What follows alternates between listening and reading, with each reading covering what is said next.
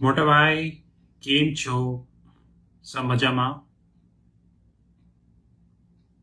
मोटा भाई, पिछले 2 हफ्ते में ऐसे कई इंसिडेंट हुए जब इस चीज के एविडेंस सामने आए कि हमारी मीडिया किस हद तक बिक चुकी है।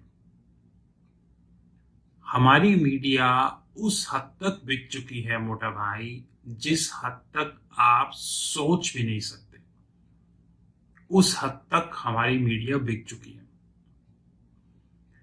पॉलिटिक्स तो चलो अलग है, उसमें तो मैं कभी बात करता ही नहीं। मैं बात करता हूं फाइनेंशियल मार्केट्स पे। आपको पता है मोटा भाई, इन्फो एज ने 1.2 बिलियन 1.2 बिलियन का इन्वेस्टमेंट लॉस है जो उन्होंने जोमेटो और पॉलिसी बाजार में इन्वेस्टमेंट करी थी। जो इन्वेस्टमेंट उन्होंने जोमेटो और पॉलिसी बाजार में करी थी, उस पे उनको 1.2 बिलियन का ड्रॉडाउन है।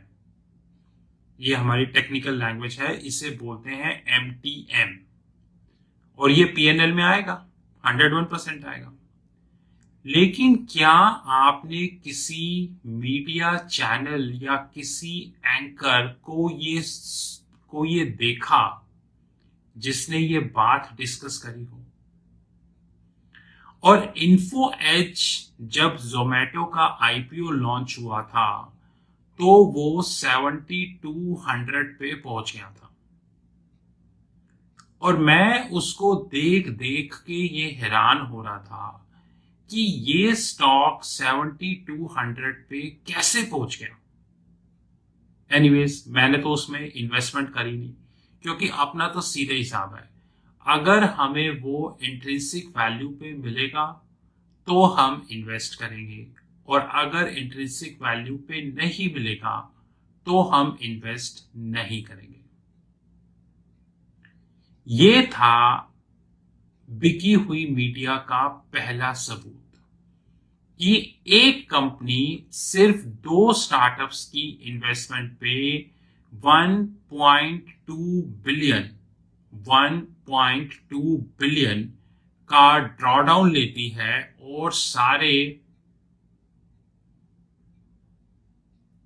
और मान लो एग्जाम्पल, अगर ये 1.2 बिलियन का गेन हो जाता तो पूरी दुनिया में ऐसा कोई भी न्यूज़पेपर नहीं होता जिसमें ये नहीं छपता। आपको पता है मोटा भाई, जोमेटो ने पिछले साल फाइनेंशियल ईयर 2021 में कुछ 833 करोड़ का लॉस बुक किया था। उसमें भी एक एक्सेप्शनल आइटम थी। एनीवेज, इतनी अकाउंटिंग तो आपको आती नहीं है तो मैं इतनी डिटेल में जाऊंगा नहीं, तो बट मुझे तो अकाउंटिंग आती है। इस साल फाइनेंशियल ईयर 22 में जोमेटो ने करीबन 1222 करोड़ का लॉस बुक किया।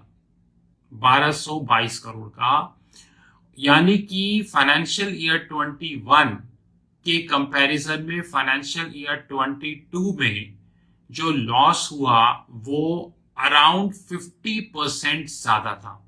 50% ज्यादा था। और हमारी मीडिया को सलाम कि वो चुपचाप खड़े होके देख रही है। चुपचाप खड़े होके, यानी कि एक स्टार्टअप जिसने पिछले साल 833 समथिंग करोड़ का लॉस बुक किया और इस साल उसने 1222 करोड़ का लॉस बुक किया, उसको हमारी मीडिया चुपचाप देख रही है। उल्टा उल्टा मोटा भाई, हमारे इन्वेस्टर इतने नॉलेजेबल हैं, इतने इंटेलिजेंट हैं कि उन्हें इतना नहीं पता कि जोमेटो का शेयर प्राइस लेना चाहिए कि नहीं लेना चाहिए। लॉस बड़ा होने के बावजूद जोमेटो का प्राइस ऊपर हो गया। लो, मैं तो कह रहा हूं जितना जोमेटो खरीदना है उतना खरीदो। मैं तो 1 रुपया भी जोमेटो में इन्वेस्ट नहीं करूंगा। जोमेटो नहीं, ऐसी कोई भी लॉस मेकिंग कंपनी में मैं 1 रुपया भी इन्वेस्ट नहीं करूंगा। पेटीएम का केस तीसरा, जिसमें कि पेटीएम मॉल की वैल्यूएशन 22,000 करोड़ से 22,000 करोड़ से घटकर सीधे 100 करोड़ पे आ गई, जो कि अपने में आइंस्टाइन का बाप भी जस्टिफाई नहीं कर सकता। मैं तो चीज ही क्या हूं। जो वैल्यूएशन 22,000 करोड़ से सिर्फ 100 करोड़ पे आ गई, उस पे भारत की मीडिया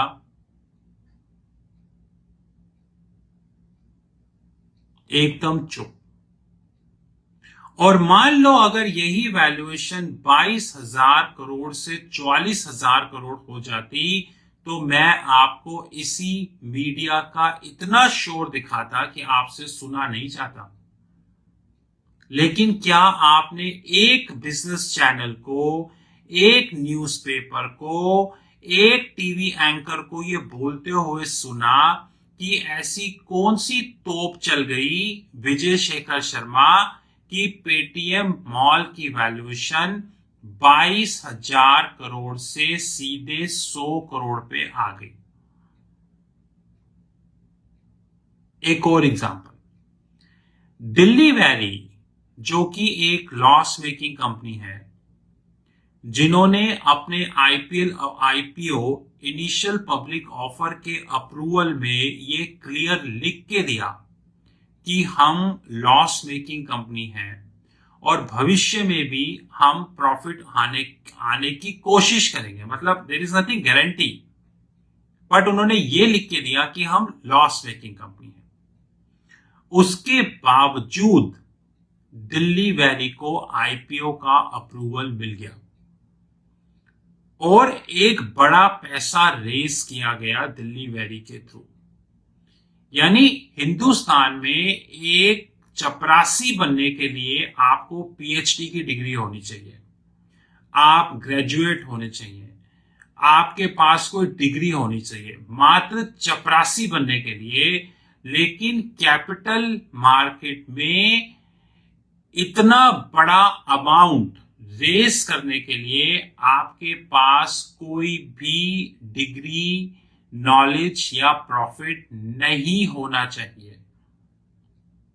एक समय था मोटा भाई, जब कैपिटल मार्केट में जब आईपीओस आते थे, जब हम पढ़ा करते थे, मैं बात कर रहा हूं सन 2004 या 2005 की, आज से करीबन 18 साल पहले, तब जो आईपीओ आते थे आंखें बंद करके वो कंपनीज प्रॉफिटेबल होती थी, आंखें बंद करके, क्योंकि प्रॉफिटेबल कंपनीज को ही इन्वेस्टर से पैसे रेस करने का चांस दिया जाता था कि भाई आपका एक वेल एस्टैब्लिश्ड बिजनेस मॉडल है, कुछ भी आप 100 रुपीज का इनवॉइस रेस करते हो, 60 रुपीज की आपकी कॉस्ट है और 40 रुपीज आपका प्रॉफिट है, तो और वो हिस्टोरिकली है, तो हम आपको मौका देते हैं कि आप इन्वेस्टर से पैसे रेस करके अपने बिजनेस को और एक्सपेंड करो, ताकि आपका भी बेनिफिट हो, देश का भी बेनिफिट हो और इन्वेस्टर का भी बेनिफिट हो। ये असल में कैपिटल मार्केट्स का लॉजिक था, असली का। लेकिन अब कैपिटल मार्केट का लॉजिक ये है कि देश का भला हो ना हो वो पता नहीं, लेकिन जिस लॉस मेकिंग कंपनी ने अपना आईपीओ डाला है उसका भला जरूर होगा, क्योंकि वो इन्वेस्टर से पैसे रेस करके फिर लॉस डिक्लेयर करेगा। आपने कभी सोचा है कि जोमेटो ने आईपीओ में जो पैसे रेस किए वो तो लॉस में चले गए, क्योंकि पिछले साल भी लॉस, इस साल भी लॉस और अगर आप सोच रहे हो कि अगले साल प्रॉफिट हो जाएगा, तो मैं क्या बोलूं। तो क्या ये मिस एप्रोप्रिएशन ऑफ फंड नहीं है कि इन्वेस्टर से लिया गया पैसा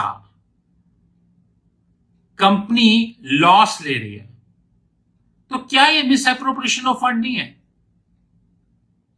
मेरे को तो बिल्कुल नहीं लगता, क्योंकि आइंस्टाइन खुद इस बात को जस्टिफाई नहीं कर पाएंगे कि ये मिस एप्रोप्रिएशन नहीं है। एनीवेज, दिल्ली वैली ने पिछले साल फाइनेंशियल ईयर 21 में 415 करोड़ का लॉस बुक किया था, 415।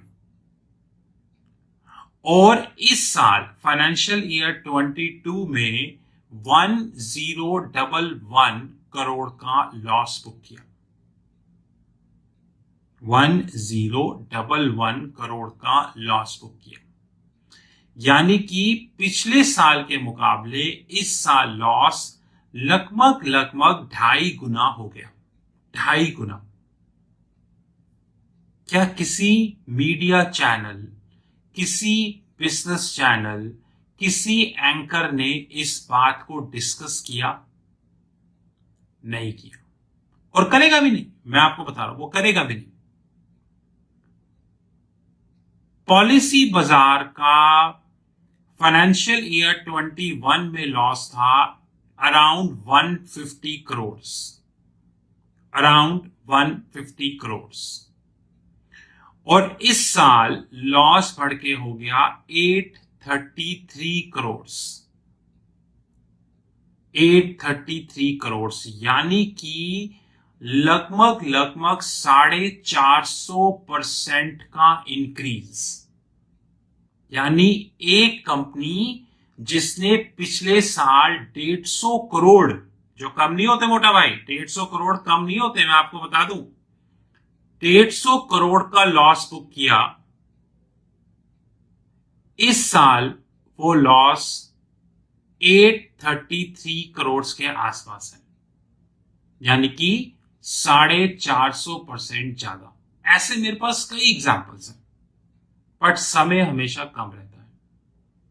एक बात तो मुझे बिल्कुल क्लियर हो चुकी है, और ये बात अब मैं हर जगह बोलता हूं कि मीडिया इस हद तक कंप्रोमाइज्ड हो चुकी है कि कुछ भी हो जाए वो कुछ भी नहीं बोलेगी। और इन्वेस्टर इतना नॉलेजेबल है कि उसको कुछ पता नहीं है। जय भोले। This is Rahul Magan from Treshi consulting group. You new my personal number 9899242978, 9899242978।